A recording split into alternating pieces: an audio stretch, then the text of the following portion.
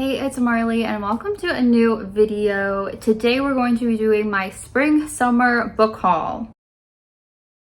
So I do these book hauls twice a year. I combine fall and winter and then I do spring and summer together, hauling all of the books that I got during those seasons. Now looking at all of these books that I just pulled off my shelf, it seems like I read like the majority of these books. So it might not be as exciting of a haul because a lot of them are going to be books you've already seen on my channel before, books I've already talked about, but we're still gonna do it. I think there should be about 25 books to talk about today. I feel like I have been buying quite a lot of books lately. We had a book outlet haul in here. So yeah, let's get into the video and be sure to subscribe for more bookish videos from me before we get any further. But okay, let's get into the haul. So the first book we have here is Out on a Limb by Hannah Bonham Young. I got this book from my friend actually. She annotated the book for me and we did a little book exchange at the beginning of the year. So she finished this book in the spring and gave it to me. I have already read it. It is a romance book about these two people and both of them actually are missing limbs. Both of them have this disability. Our main girl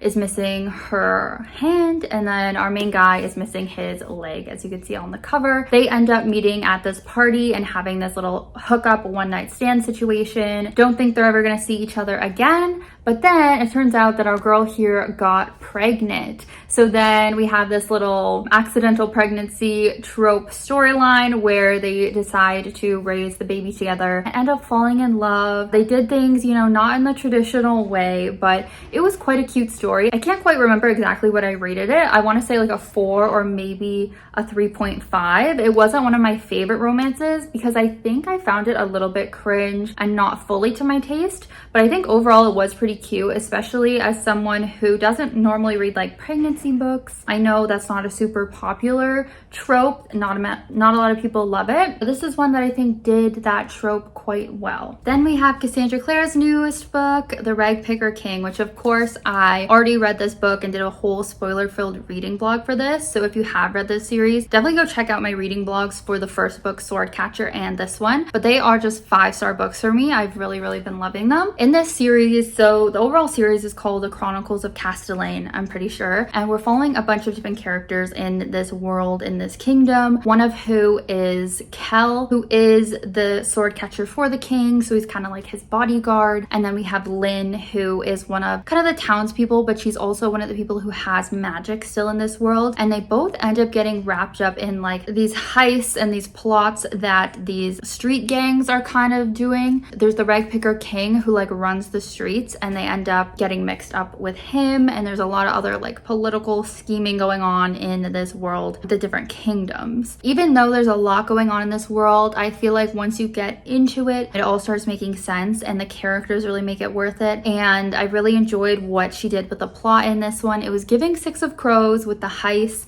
and with the fun characters. So if you have not picked up this series, but you like fantasy, you like political scheming, then I recommend it to you. Around the same time that I read Rag Picker King, I also read Oathbound by Tracy Deonn. This is the third book in the Legendborn Cycle series. This is about a main character, Bree. She is a teenager. It's a young adult fantasy series, but when her mom dies, she ends up going to her mom's old school in this exchange program or something. And while she's there, she's trying to kind of investigate, learn more about her mom, but she stumbles upon this like secret society that has roots in like Arthurian legends. So like the Knights of the Round Table, Merlins, King Arthur, and all that kind of stuff. If you are into that kind of lore and mythology, you definitely got to pick this up. This was my least favorite book in the series. But I still give it 4 stars. I'm still so invested in these characters. There is a bit of a love triangle in the series. So like Bree, Nick, and then my guy Selwyn are all really interesting characters that you will get invested in. Again, the world is kind of crazy. There's a lot of info dumping, a lot of stuff to remember,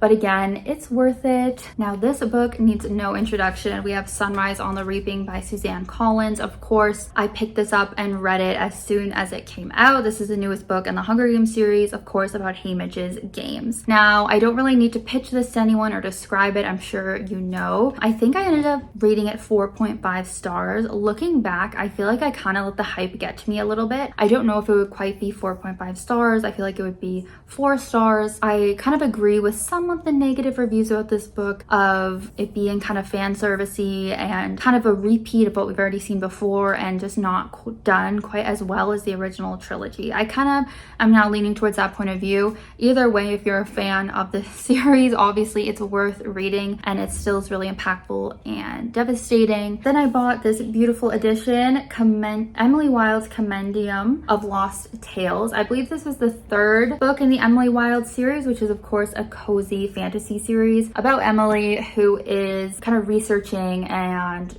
putting together all her research about fairies. It's really cool because it's like the original fairy lore. It's not going off on this weird thing like Sarah J Maas does with her fairies. It's more like authentic. So far I've only read the 1st book. I really need to read the 2nd and 3rd. I've been saying that for ages, but yeah, I did buy the 3rd one this year. One of the other books I bought and didn't yet read is Leigh Bardugo's new book, The Familiar. I might actually have to read the plot of this off the back because I don't think I have it memorized.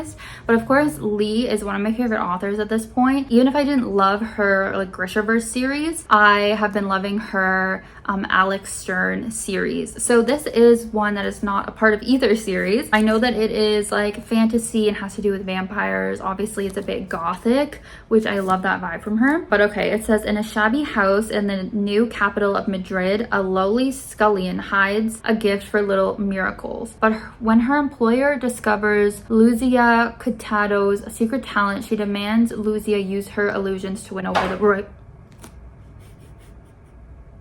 court. Determined to forge a better life for herself, Luzia plunges into a world of power-hungry nobility, desperate kings, holy men, and hucksters, where the lines between magic, science, and fraud blur. With the piers of the Inquisition burning, she must use every bit of her wit and will to win fame and hide the truth of her ancestry, even if that means enlisting the help of the notorious Gillian Santanjob, whose own secrets could doom them both.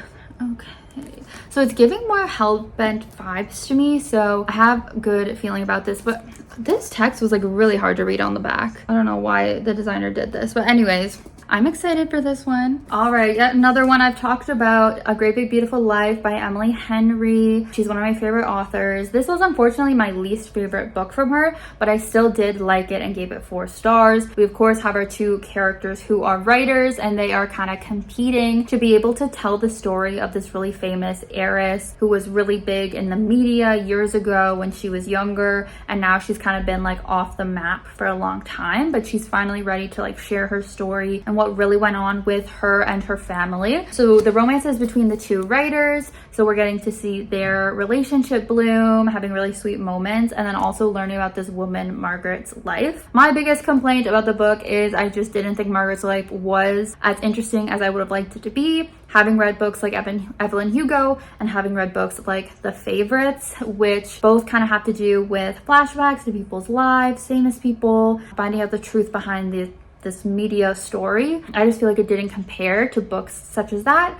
but I still think Emily Henry's romance between the 2 writers really held up, so that was a highlight of the book for me. And then we have My Friends by Frederick Bachman. He's another auto-buy author for me. This one, we have an orphan girl, and she's just turned 18, so she's aged out of living in foster homes, and she's always been obsessed with this one painting that is of the sea, and there are these friends, I think like 3 friends or 4 drawn in the painting, and she's always just had this connection with it. She goes on a bit of a journey to learn more about the people in the painting, learn more about the artist, and that's what she does. And I've been trying not to give too much of the story away when I pitch it, but it really is about those friends in that friend group in the painting, and we're having a lot of flashbacks to the year, I think they were all 13 or 14, the summer that they all had together. It can be really sad at times, but as always with Frederick's books, very beautiful. I did give it 4 stars. I feel like I'm getting a little bit, not tired of his writing, but it's not quite having the same impact as it has in the past because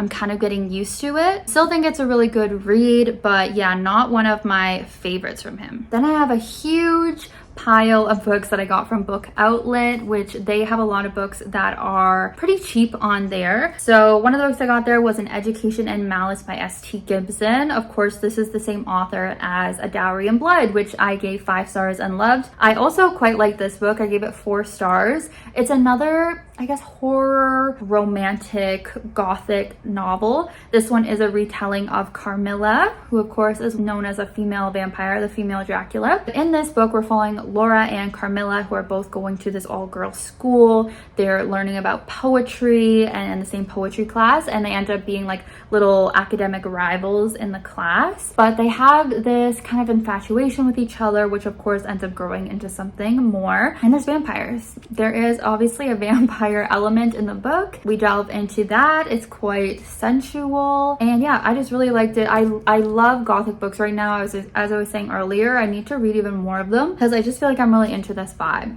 So yeah, would highly recommend, but I didn't love as much as A Dowry in Blood. Then I also got The 7-Year Slip by Ashley Poston. So this is a book I read last year, I believe. I read the ebook version, but I decided to buy a copy because this is one of the romances I actually rated 5 stars. It's one of my favorites. It's about a main character who ends up like slipping through time because her aunt's like apartment that she left for her in her will, because her aunt passed away, it's like magical and it can like time travel. So she ends up falling in love with this guy who's from 7 years ago when he stayed at the apartment. So they're like falling in love kind of like in the past. Then she ends up coming across him in present day as well, which is like the future for him. And so we're seeing their love story across these kind of 2 different timelines. It just was really beautiful. I loved the romance. I love Ashley's writing, how it can be quite goofy and silly. But then also it has so much depth to it and a lot of like sad stuff as well with the passing of our main character's aunt. Just a beautiful story, and if you haven't at least given it a chance, I really recommend it because it's not just me that loves it. A lot of people love this romance. Then I did decide to buy Every Summer After by Carly Fortune, another romance book. As you can see, again, this is one I read a while ago. I just got the EPUB from the library or whatever, but I decided to purchase it from Book Outlet because I am trying to collect more of my favorite books from my shelf to kind of like curate it more. And this was a book I really loved, and again would probably be one of my favorite romances. However, Carly's other books are kind of flops, but this one is actually good. Her first release. It's kind of like The Summer I Turned Pretty, but adult version. It's about a girl who always goes to this like cottage in the summer. She's best friends with the boy who lives next door, and they have this romance, but then there's a lot of drama and angst, and again, a lot of similar storylines to The Summer I Turned Pretty, but I just love that. I love the messiness that this book brings as well. Next up, I got Abby Jimenez's book, Just for the Summer. This is another case of, this was a book I had already read, but I decided to buy a copy of it because Abby is one of my favorite romance authors. This wasn't 5 stars, I think it was 4 stars, but it's in her Part of Your World series, which I really adore. So just had to add this to the collection as well. Not to get repetitive, but this is another book I had already read that I just decided to buy a copy of. That's Check and Mate by Ali Hazelwood. She's one of my favorite authors, even though I think some of her newer books are not really my vibe as much. This is probably one of my favorite books from her. It is a young adult romance, but it still has all the Ali Hazelwood goodness, just no smut. But it still is really funny. It still has a great romance between these 2 people who play chess. It's like the 2 best chess players in the world. And it also deals with other issues too, right? Like not just the romance, but she adds in other storylines of what our main characters are going through. Just a really well-written romance that I quite enjoyed. Sorry, I'm trying to speed through these a little bit. Then we have The Bodyguard by Catherine Center. This is another 5-star romance for me. Again, sorry it's getting repetitive. This I had already read, and I just bought the physical copy because it was one of my favorite books the year that I read it. It's about a female bodyguard who ends up having to fake date to the guy that she's guarding because he is a famous actor and he doesn't want people to know that he has a bodyguard, so she's just pretending to be his girlfriend. So it's a lot of fun tropes. It can be very silly, but it also was just such a cute dynamic between the two of them. Now, I haven't been hearing much good things about Catherine's other romance books, but I do want to keep reading them and hopefully get a little bit of a similar result to The Bodyguard. I don't know. It doesn't seem like any of the other ones are going to top it, but I do want to keep reading from her. And then we have Old Flames and New Fortunes. This is a book I haven't read yet, finally, by Sarah Hogle. She's another favorite romance author of mine, so I need to start catching up on some of her newer releases. This one I think has a bit of like a mystical vibe to it, or a magical realism vibe. Small magical town tucked away in rural Ohio, Moonville is a perfect place for Flora Fortunist Romina Tempest to use the language of flowers to help the hopeful manifest love in their lives. After giving up on her own big romance 11 years ago, at least she can bask in others' happily ever afters. When the shop's potential financier shares news of his wedding, Romina jumps at the opportunity to discuss the business, even if it means she has to fake date her chaotic colleague Trevor to get an invitation. Love fake dating. But all hell breaks loose when she discovers Trevor's soon-to-be stepbrother is none other than Alex King, her high school sweetheart, her greatest love, the boy who broke her heart. What starts as an innocent misunderstanding becomes a week-long fake dating scheme. But Romina quickly finds out she can't deny her connection with Alex. Caught between her livelihood and her heart, Romina must decide if taking a second chance on first love is worth the risk. I'm a bit confused of who's the love interest here, if it's Trevor or if it's his brother Alex, but hopefully I can find out soon. Another book I will be reading soon is The Getaway List by Emma Lord. She is a young adult contemporary author, contemporary romance, but they lean more to be like a new adult because the characters are a little bit older than high school. This is on my TBR, I believe, for... what month is coming up? August? What month's going on? I can't keep it straight. But yeah, this is about a girl who goes to New York and reconnects with like her childhood best friend, and they have like a list, the getaway list, of different things that they want to do together, like a bucket list. So again, a lot of fun buzzwords, tropes going on in this story too. So stay tuned for my review. Next up, we have The Love Hypothesis by Ali Hazelwood. Throwback. This is another one where I read the book years ago, but I saw this at the used bookstore for like $2. And so I'm like, okay, let me add it to my shelves. It's a little bit ugly with the spine being cracked, but again, I'm working on curating my shelves, and this was a book that really helped me love romance. Of course, it was Ali's first book. It's being made into a movie with Lily Reinhardt, so I'm really excited about that. It's about two scientists who end up big dating. It's a grumpy sunshine trope. You've probably heard of it. It's iconic. I also picked up, I believe from the used bookstore again, we have The Push by Ashley Audrain. This is a bit of a mystery. Some might call it thriller, but it's kind of just more like a contemporary, like a dark contemporary. It has to do with motherhood. I read it again years ago, but I just wanted to add it to my collection. We're kind of flashing forward to different generations of mothers in this family, but in our main timeline, this woman is really struggling with her children and thinking that one of her children is actually like evil. So it's really complex, it's really creepy, and it's really good.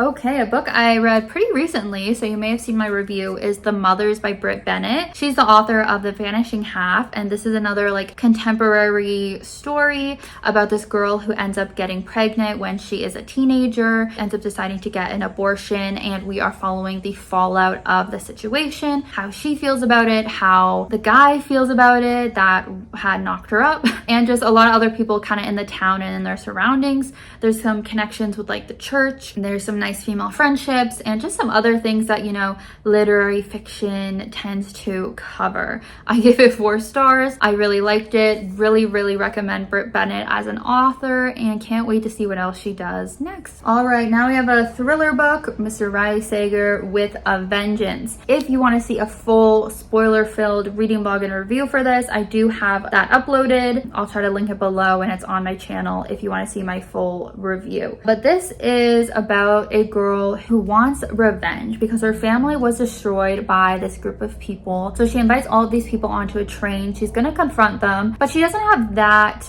deadly or nefarious of plans. She just kind of wants to confront them and get them to confess. But then murders start happening. Someone ends up dead on the train, and she's like, oh no, now I actually have to help save these people who have destroyed my family. So yeah, it gets kind of crazy from there. I gave it 4 stars, which is kind of a lower rating for me to give Riley. Normally I love his books and they're like my favorite of the year, but not this year. This is just kind of like an average 4-star thriller. It had a slower start for me. It did stick the landing, but yeah, that's what I thought of this one. All right, next we have a few books I haven't read yet, so that's exciting. Lisa Jewell's Don't Let Him In. Lisa is a very famous thriller author who I love. I know this book basically just has to do with an evil man. It seems like he is like two-timing these women. I think our main characters are these 2 different women and we're seeing like their lives. I think how these men or this one man is like destroying it. I've heard a little bit of mixed things I would say about the book, but I'm still excited because I always just love Lisa's writing. And even if the story is not super shocking, I feel like it's always very worth it to read and very addicting. And I should be reading this one actually this month. Next up is Sounds Like Love, again from Miss Ashley Poston. Since I loved The 7-Year Slip, I have been purchasing the rest of her books. So this is one I haven't read yet. I think it's her newest release. It has to do with musicals. Songwriter, but she, I guess, is having like writer's block. So she goes back to her hometown, hoping that will help her get inspired. But when she gets there, nothing's how she left it. Her best friend's hiding something. Her mother's memories are fading fast. Okay, it might be sad. And the revelry is closing. How can Joni write when her world is leaving her behind? But then she hears it, a melody in her head. Oh yeah, this is where she's like hearing a musician in her head that I think is like her love interest. But then a real man shows up and he's arrogant and guarded. Okay, love that. And he has a plan for breaking their telepathic connection. They have to finish the song that's haunting them both and hope they don't risk their hearts or their secrets in the process. But that melody, the one drawing them together, what if it's there for a reason? So as usual with her, it's mixing some magical realism stuff. Again, don't feel like I've heard amazing things about this one yet, but again, stay tuned. I'll read it eventually. A book I'm really excited for is Sorcery of Thorns. This is by Margaret Rogerson. I actually bought this because I decided to read it, I think in August again. So one of my TBR cards led me to decide to read this. It's a 5-star prediction for me. I know it's like a standalone fantasy or there's like one other book. All sorcerers are evil. Elizabeth has known that for as long as she's known anything. Raised as a foundling in one of Ostermere's great libraries, Elizabeth has grown up among magical grimoires that rattle beneath iron chains, capable of transforming into grotesque monsters. When an act of sabotage releases the library's most dangerous grimoire, Elizabeth is accused of treason. With no one to turn to but her sworn enemy, the sorcerer Nathaniel Thorne, and his mysterious servant, she finds herself entangled in a centuries-old conspiracy. Not only could the great libraries go up in flames, but the world along with them. So it's just fitting. Again, a lot of my buzzwords, the enemies to lovers thing, the kind of gothic, dark library, academia vibes, whatever you want to call it. Fantasy, I don't know. I'm just here for it. I'm excited. Almost to the end now. We have Not Quite Dead Yet by Holly Jackson, a newer release that I did already read and post a spoiler-filled reading vlog for, so you can check that out. This is Holly's adult debut. You may be familiar with her young adult books like A Good Girl's Guide to Murder. This is about a main character who ends up getting killed, or she gets attacked at least, and is told that she's going to die in about a week due to the injuries that she suffered on her brain. So now she has decided she wants to solve her own murder in the week that she has left to live. That's how she wants to spend it. That's how she wants to accomplish something in the last days of her life. So we're going through as she's trying to figure out, put all the clues together. It is a little reminiscent of A Good Girl's Guide to Murder because of that, but our character is quite different. There's actually a lot of heart to it, a lot of like emotional stuff, cute relationships, but then also a lot of juicy, you know, murder, scandal, and all that kind of stuff as well that Holly always includes. So this was a 5-star for me. Loved it. You should read it. And the latest book that I bought was The Woman in Suite 11 by Ruth Ware. I actually got this at a book signing, a book event and signing with Ruth. So that was pretty fun. She did sign the book for me. I did get to chat with her, which was great. But this is the follow-up to The Woman in Cabin 10, which is one of her most popular books, and it's actually getting turned into a movie. Ironically, it is not one of my favorite books. Like, it's not probably even in the top 5 of my favorite books from her, but this is the one that got a sequel, so I'll be checking it out. I know it's about Lowen is the main character. To be honest, I don't really remember what happened to her in the first book, but I guess she survives, spoiler alert. But now, so she is a journalist, Ruth was talking about, and she goes to, instead of going on like a cruise, which she did in the first book, she is going to some like hotel in Switzerland because she's trying to reestablish her journalism career. So she gets invited there, I guess, to like review it, but then she gets a late night call asking her to come to Marcus's hotel room, the owner. She agrees. However, she's greeted by a woman claiming to be Marcus's mistress and in life or death jeopardy. What follows is a thrilling cat and mouse pursuit across Europe, forcing Lo to ask herself just how much she's willing to sacrifice to save this woman and if she can even trust her. I'm a little worried by the cat and mouse thing, that this is going to be similar to her least favorite book, or my least favorite book of hers, 0 Days, which was very much just like an action running around book.